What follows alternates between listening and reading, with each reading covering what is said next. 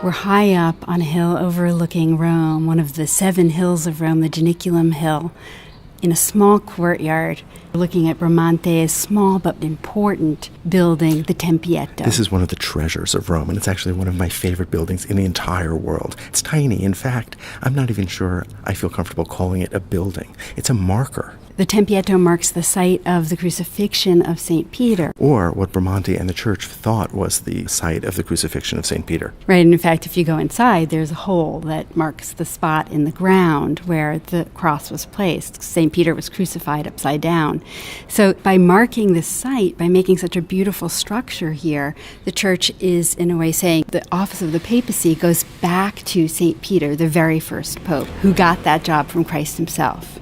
It's interesting that it's Bramante who's designing this space, because Bramante will also be one of the principal architects responsible for the other major site in Rome that is associated with St. Peter, the Basilica of San Pietro in the Vatican, the site where Peter was buried. And so both of these become markers, but this is a tiny little structure where, of course, St. Peter's is enormous. Yes, and this looks back to a kind of early Christian building called a martyria, or a marker of the site associated with an early Christian martyr. Those were round buildings, and it's interesting that Bramante is borrowing both from that early Christian tradition, but also borrowing directly from antiquity. And in fact, in Rome itself, if you go to the Forum, you can see a small round temple to Vesta, which is not so dissimilar from this. In fact, it's surrounded by columns. That's right. Both the ancient Greeks and the ancient Romans employed the circular plan. And so Bramante is very consciously going back to those. He's consciously going back to the ancient Roman writer Vitruvius, who wrote a great treatise on architecture and on correct proportions in architecture, which Bramante is really following here in the Tempietto. Bramante really is in love with the ideal geometries of antiquity, especially of ancient Greece. This building is a radial building. It's a round structure. It's very much unlike the traditional cruciform church, which is based on the ancient basilica.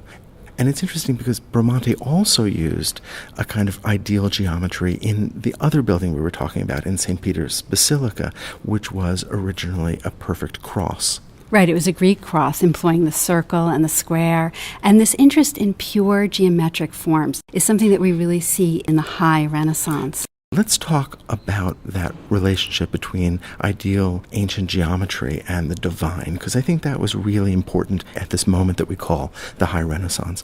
If you draw a circle, no matter how good an artist you are, it's always going to have some imperfections. But looking at that circle, we can be prompted to imagine something where there's no deviation, where there's no imperfection. And so geometry was thought by the ancient Greeks, and again in the Renaissance, to be a vehicle by which we could imagine the perfection of heaven. And so Bramante, is like many other artists of the High Renaissance, is really interested in this pure circular plan. And here, of course, the focus of this circle is that important site of the crucifixion of St. Peter. As we look up at this building, we have the steps on the stylobate that lead us up toward the circular colonnade, the cylinder or the drum, and then the dome on top. So we really have this focus on a center, and that would have been even more true if Bramante had designed the courtyard as he wanted to, with a colonnade around it. One can imagine the amplification if this was surrounded by yet another colonnade with a series of radial niches. There would have been a kind of conversation between the space around the building and the central structure itself that I think would have been unprecedented. All of those elements that you mentioned, the stylobite, the steps, the colonnade, and of course the dome, are all elements that come from antiquity. And the artist was really careful to get these things right. If you look at the columns themselves, this is a Doric order, but it's not the Doric that we see from ancient Greece, not what we would see on the Parthenon. This is a Roman variant instead. It's called the Tuscan order, and we can see columns like this embedded in the side of the first level of the Colosseum, where, unlike the Greek Doric order, these columns are not fluted, so they have even more of a sense of mass and solidity.